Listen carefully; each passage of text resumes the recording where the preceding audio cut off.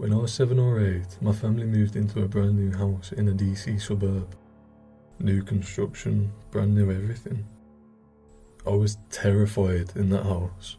I couldn't stand to be alone upstairs, even in the daytime. It just felt like I wasn't alone. My bed would rock back and forth as if someone was standing on the foot of it, pushing it back and forth. My sister would hear knocking on the bottom of her bed. I'd feel someone watching me from the top of the stairs. This continued until I moved out for college. I moved back home after dropping out of college and lived in the basement. My then boyfriend was staying over one night, and the light in the living room area came on its own. After we turned it off and he closed the door opened on its own. He refused to stay over after that. A few years later, my then boyfriend and I were married and living 8 hours away. My dad was away on a business trip, so it was just my mum and my younger sister in the house. I was lying on the couch and my mum was at the grocery store when I heard creaking of someone coming down the stairs. And in the reflection of the glass over the fireplace, I could see bare feet standing at the entrance of the living room. Assuming it was my sister, I told her to come and give me a hug. The feet turned and walked towards the kitchen. I got up and went through the other side of the living room to greet her, and there was no one there. I then remembered my sister was at work. My parents have since retired and moved away from the DC area, and I haven't been to that house since. I am living in a farmhouse built in the 1800s with my kids now, and I don't feel as nervous and uncomfortable as I did back then. I still feel like, I don't know, maybe it just had some high EMF frequencies there of some kind of explanation for what I experienced, but I just don't know. So me and my friends decided to go on an adventure one night. It was around 12 AM when we left. It was about a half an hour drive out of town to this cemetery. So we all packed up the car with our equipment and headed out.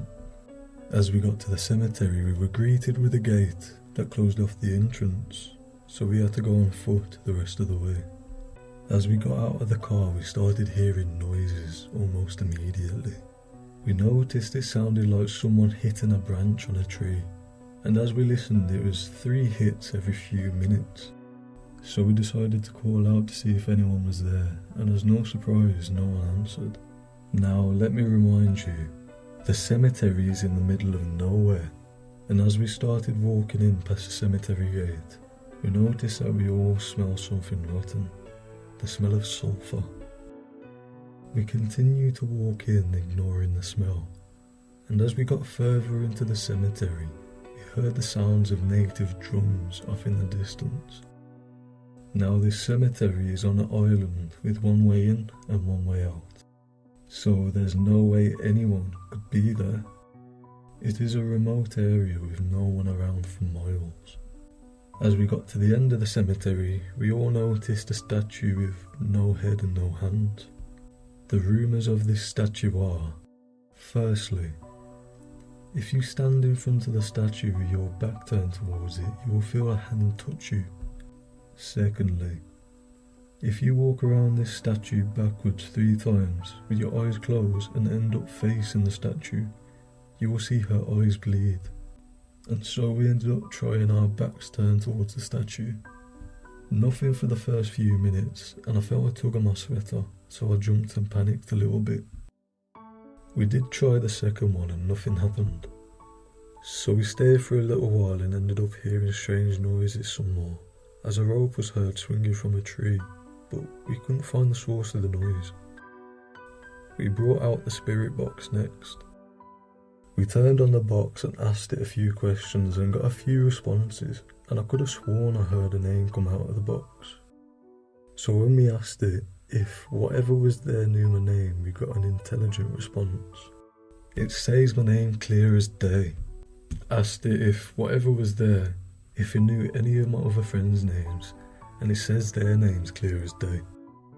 So anyways, as we walked out, we started to smell that disgusting sulphur smell again.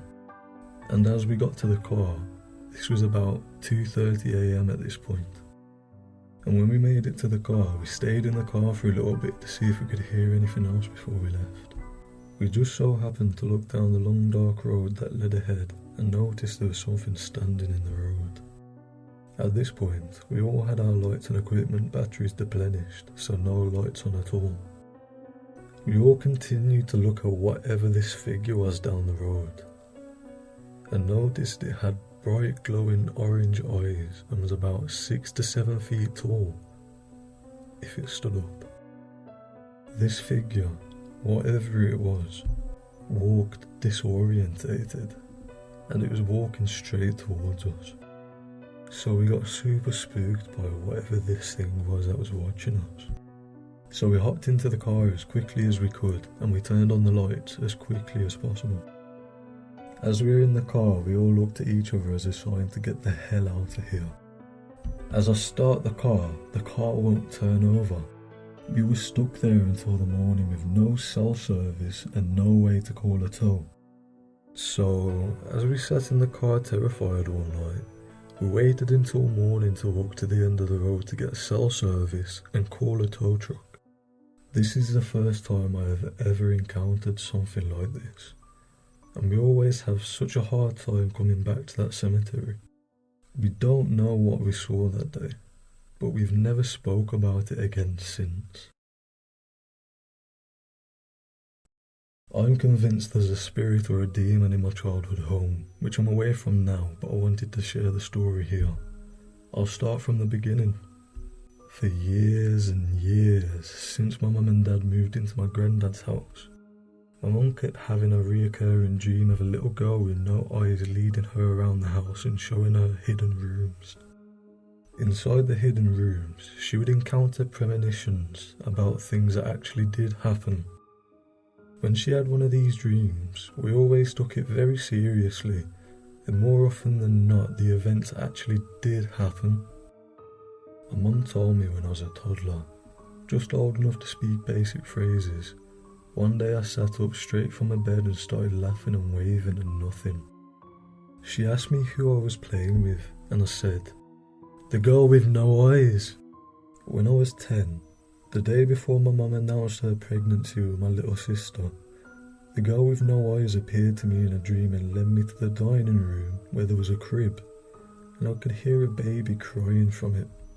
That was the only premonition I ever had. I told my mum about it and she was dumbfounded that I was having premonitions too. Fast forward to my 12th birthday, my mum had another premonition where the girl with no eyes led her through a secret room to a graveyard in the house, and our names were carved into the headstones with one word under them: tornado. The next day, a huge tornado ripped through the town next to us and completely demolished it.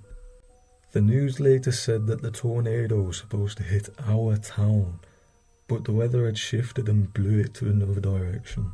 When I was about 15, I had my last experience with the girl with no eyes. I still get goosebumps thinking about it. It was a lucid dream. It felt so real. And I was in total paralysis as the girl with no eyes stood beside my bed and whispered things into my ear. I couldn't understand what she was saying. I think she was speaking in tongues. But I woke up crying my eyes out.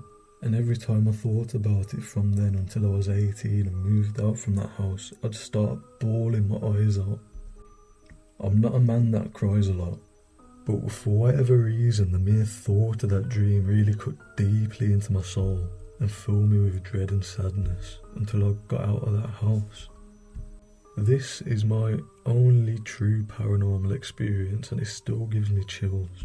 Just wanted to share my experience with you all, and I hope I never have to experience that entity again.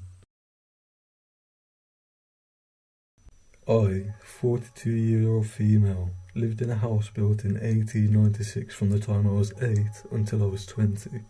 My parents bought the house from family and it needed some work.